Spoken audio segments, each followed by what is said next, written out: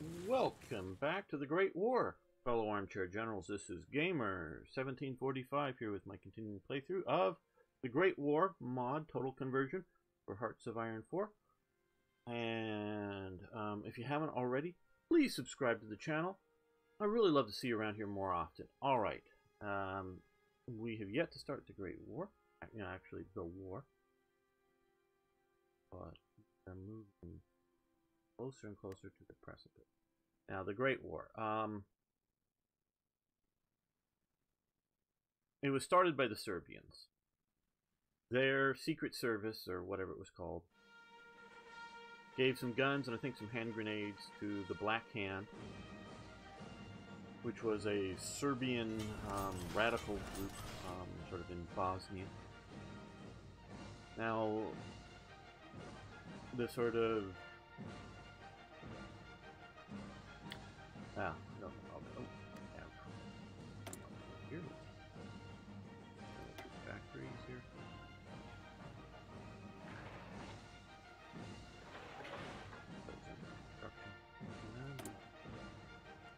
What we need.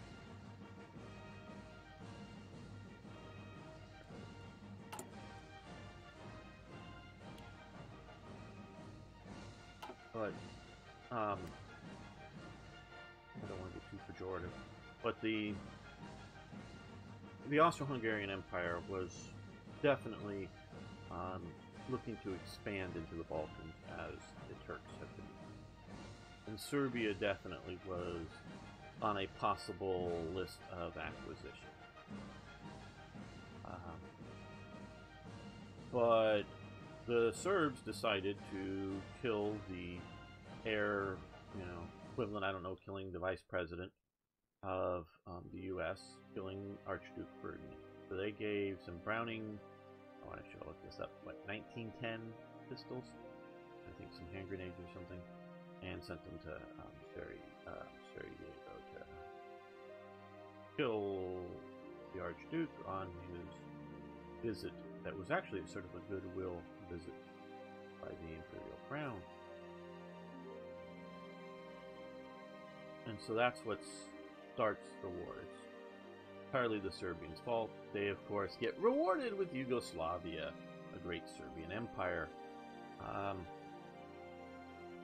But there are other factors involved with this.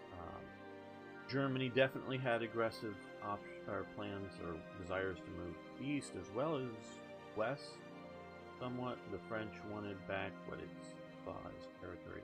Here lost sort of the Franco-Prussian wars. Britain really didn't want a war with Germany so much, but they wanted to keep a hegemonic power from emerging in Europe. It had a long tradition of, Napoleon was, they disliked a lot of Napoleon's political actions, most of Germany. General,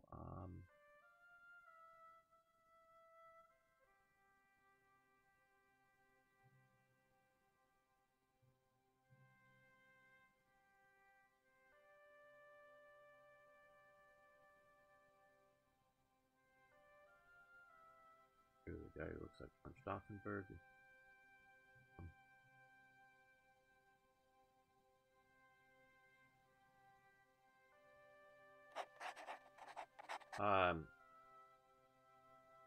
So they dislike Napoleon's actions, sure. But what they really hated about it was the idea that there was going to be one hegemonic power on the continent. So Britain was always the somebody's getting too powerful. And see, Prussia, Britain loved Prussia because it was a very good military, fairly strong state, but didn't have huge amounts of holdings, and so that was a good counterbalance to France, whether it's the Kingdom of France, the French Republic, the French Empire, whatever. Those are different things, and they went back and forth during the 19th century of those elements. Or the Austro-Hungarian Empire, it was a nice counterbalance, and also for political correctness within Britain, they were Protestant, opposed to being Catholic, the other two powers that I mentioned. So Germany had gone through this period of formation, and it was, one of the more recent. Italy, I believe, depending on dates, but a bit more, much more tumultuous. It was much more bloodier wars forming Italy, but forming the German Empire was, aggressive and growing, and so Britain was really worried about it. That's why they ally more with France at this point. And so there's lots of various reasons for the start of the war, as well as Russia wants to move down into Constantinople, and you have to remember, at this time, in 1914, Constantinople was more of a cosmopolitan city, much more than it is today. There were I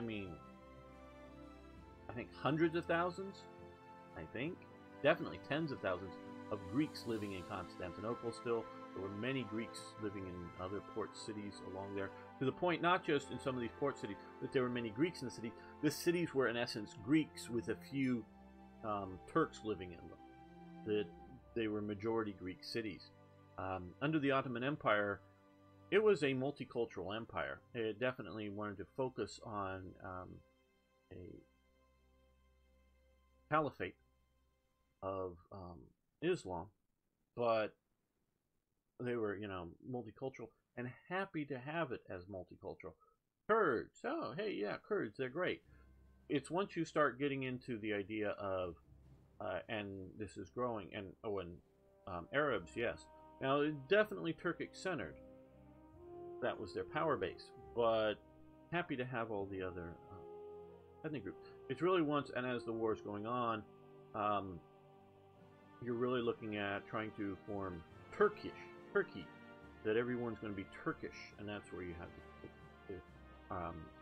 the Armenian genocide, and that you're getting into other religions as well. So,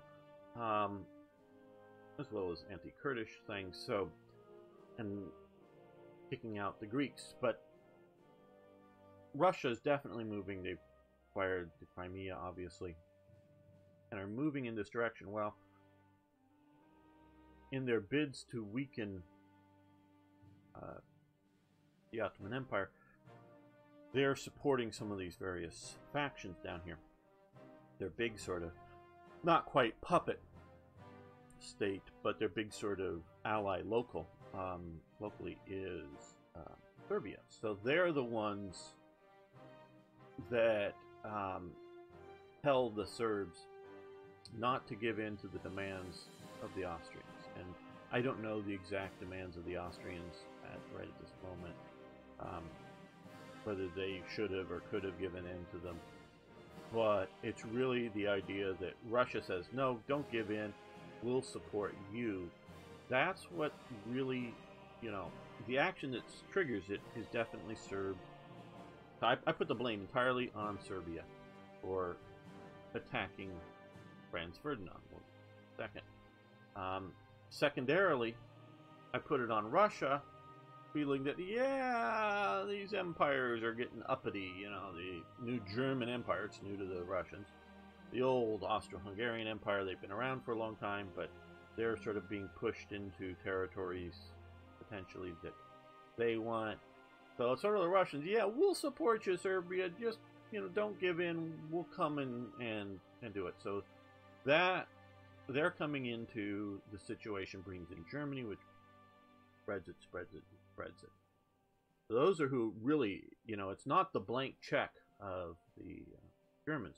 Now, the Austrians and the Germans, their occupational policies were at best, I would say, dreadful, okay? The Austrians were pretty dreadful to the Serbians, from my understanding. Particularly German occupation in Belgium was also pretty dreadful. So, some of it is, I'm sure I'm being colored by propaganda that I've read. But propaganda doesn't mean it's untrue.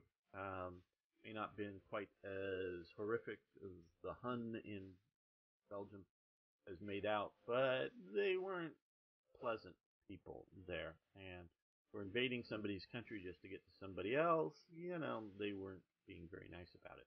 Okay, Franz Ferdinand is dead. The esteemed Archduke of Austria Est and Crown Prince of the Austro-Hungarian Empire lies dead. His noble wife rests beside him. Franz Joseph has lost another heir, and to the damned vile sons of bastards that are the Serbians, the Serbian government officially denies involvement in the assassination, with the assassin Gavrilo Princip, blaming the Black Hand, which they, like I said, gave the guns very new Browning pistols. Although few believe a lack of government involvement, we have sent compensation demands to the Serbs. If they decline, they will have to pay.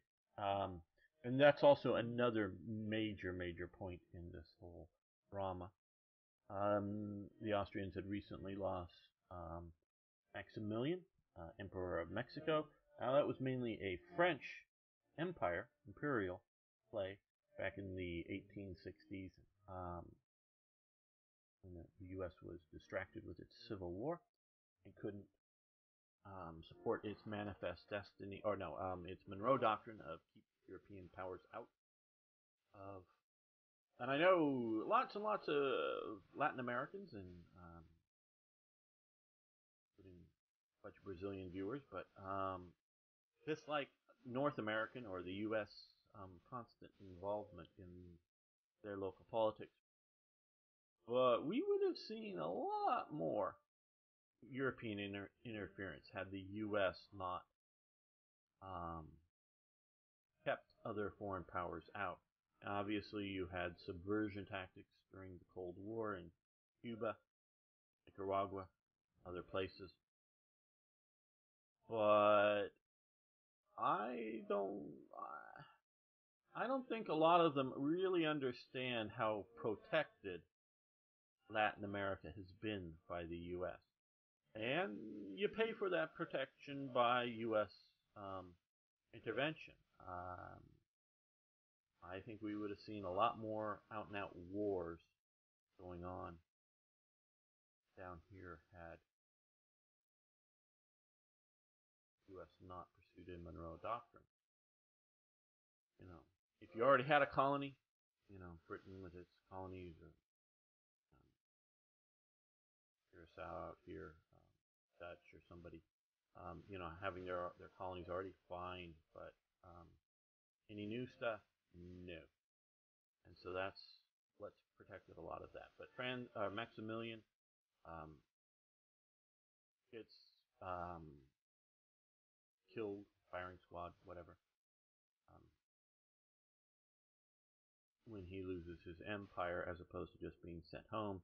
Again, the French, and it's really the French policies, they were fairly dreadful for Mexico, but so I'm not in no way defending the actions. But that really plays into this Franz Joseph losing another heir, because Maximilian could have come back and been his, essentially, I don't quite know the bloodline closeness to being the potential heir for Austria. I just don't know all that, but that is very much coming into Austrian or Habsburg royal thinking. Another one down, and not just to some reasonably natural causes.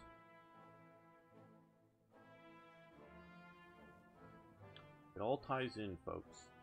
It all ties in.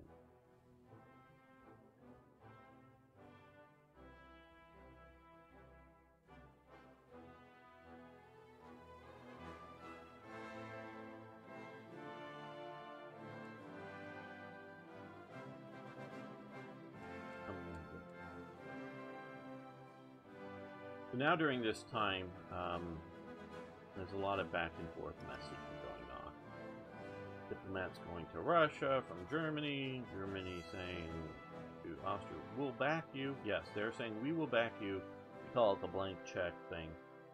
We will back you in your operations against Serbia, even if somebody else attacks. Now that's partially because they want the precedent, don't shoot imperial family members. You also have an ongoing anarchist movement trying to assassinate world leaders, not just hereditary ones. And so they're all worried about these types of things. So the Austrians, or so the Germans, want that. Plus, they're sort of thinking, hey, another war might not be bad. Now, they're looking at wars in the 19th and 18th century, and as well as Napoleonic era views in which the wars may be costly, may cost a bunch of people their lives, but they're normally relatively contained to the battlefield. Now, sometimes the battlefield is the city of Paris, so it may affect a lot of lives, but it's not necessarily devastating to Greater France in that sense. This war changes things, which, as I say, it's a combination of machine guns and barbed wire. You need both. You can't just do it with barbed wire. You can't just do it with machine guns. You got to have machine guns and barbed wire. That's the mix that creates the brew for. Let's look at some of these things that cost some political power.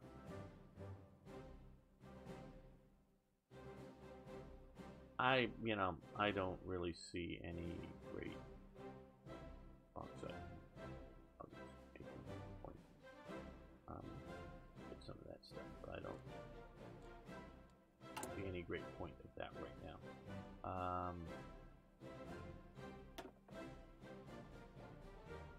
I think our army, I think will produce visual fiction. The main focus.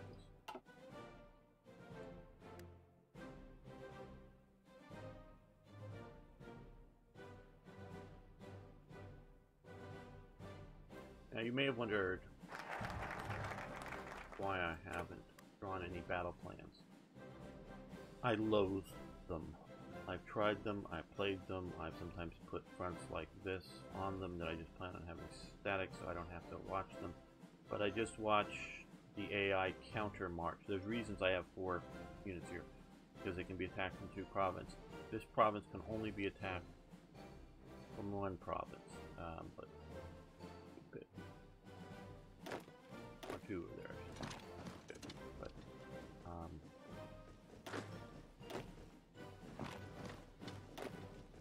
But I don't want to be too overconfident.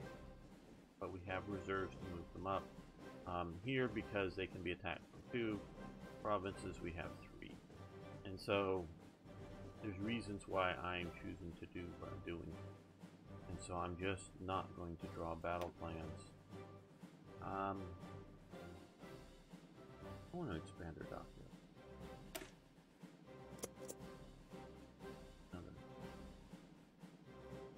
Down here, we can go back. Okay.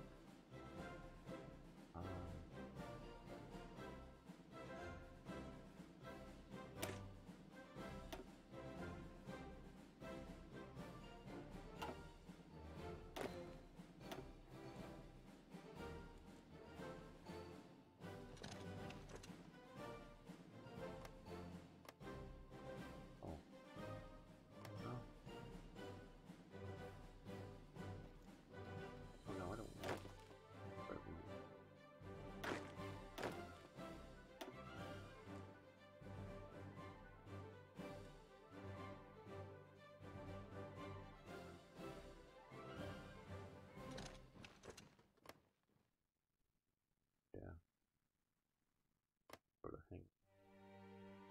Force. Down here. Jungly. We're just gonna sort of put up here. Maybe should have put some fences. It's not too.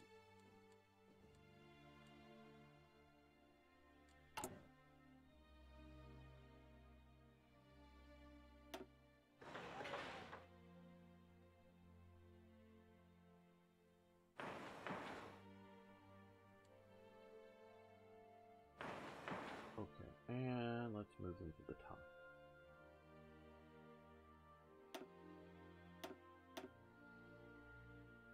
Too late to get them before the start.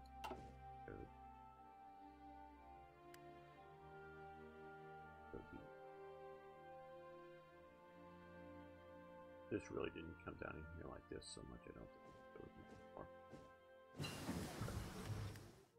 Screwy province bullshit. Okay, not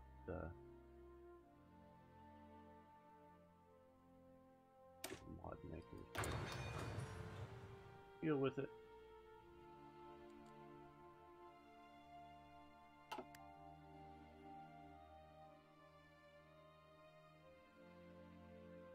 Now the German Empire wasn't as unified as it's looking here.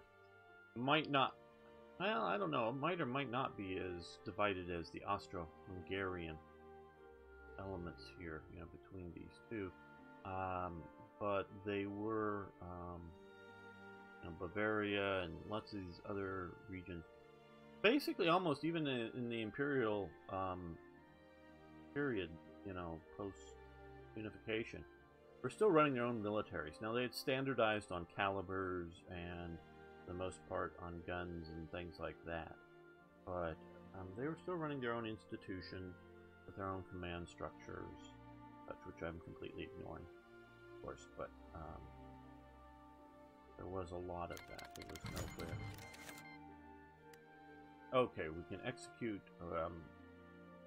We tried negotiations with France to keep out of the war between our alliance and the Russians. Okay, we could do the Schlieffen plan or Schlieffen-Moltke plan. The Schlieffen plan, or not yet. We're gonna not do either of those. And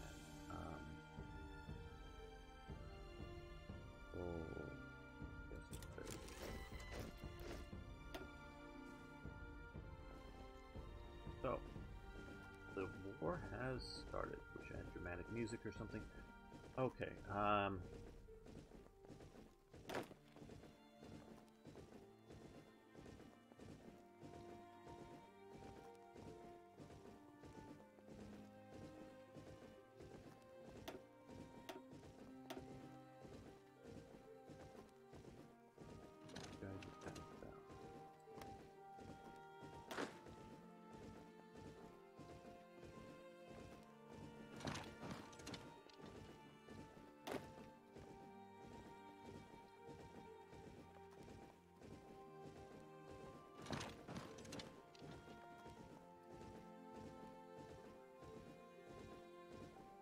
Because this is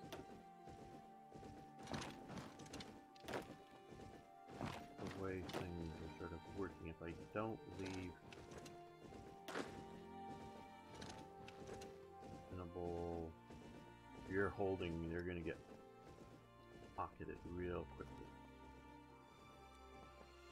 These aren't Panzer divisions, not able to race that fast.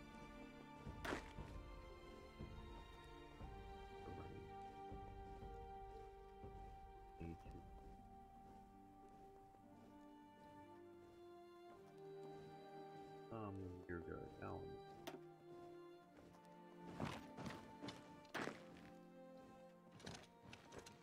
so as deeper we go, we will.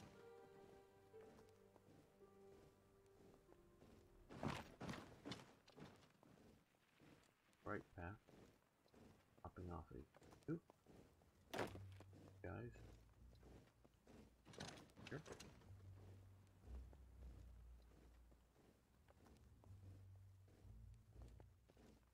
Good.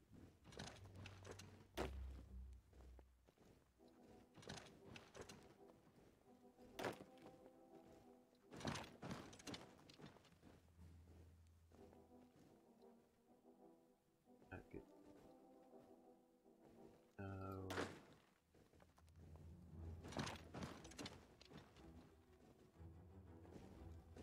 Yes, we will weaken as we get further.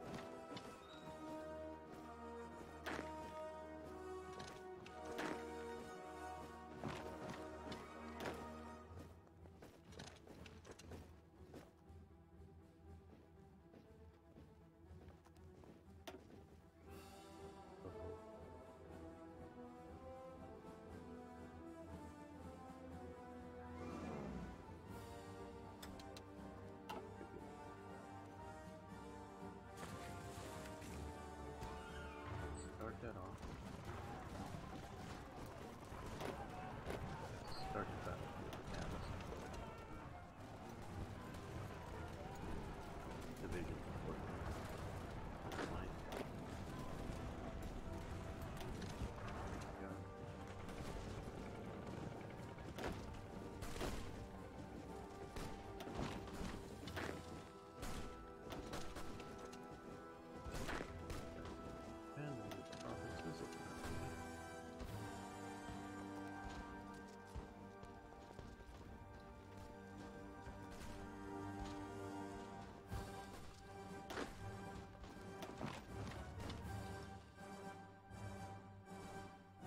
Here we're just going to hold. Okay,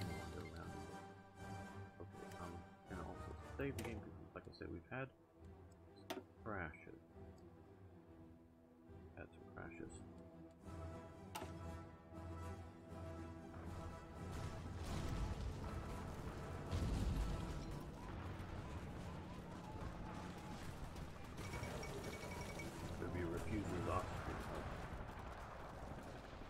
Serbia refused Austrian demands. Serbia's refusal of the Austrian demands led to a declaration of war, which will no doubt be followed by countless others. Here begins the downfall spiral onto World War.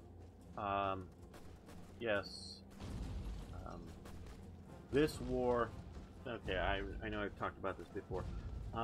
In my mind, I have periods of history.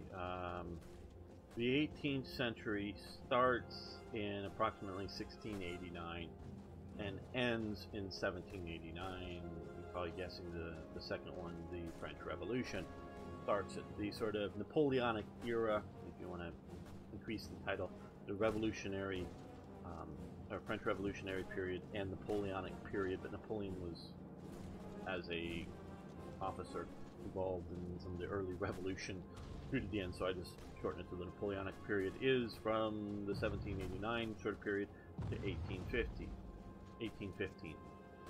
The 19th century starts in 1815 with the, no, not the end of Battle of Waterloo, but the Concert of Europe in Vienna, Metternich's thingy, to sort of redraw the maps and get a power balance in Europe. That starts the 19th century, so it goes from 1815, it overlaps. So they were doing the Concert of Europe during the 100 Days in Napoleon's Waterloo campaign. From 1815 until 1914. So the start of the 20th century in my mind is 1914. So this is basically everything in the 20th century is set up here. World War II is a fight over the end of World War I. The Cold War is dealing with the post-World War II era, so it's all coming through this period here. That is a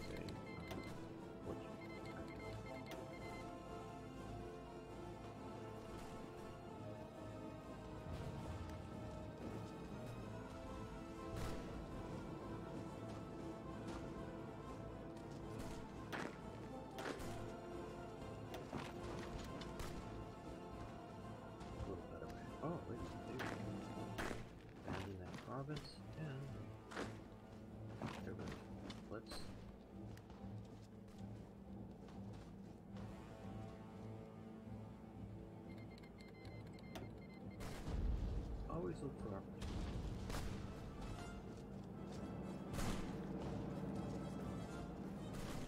Nice airplane, cool.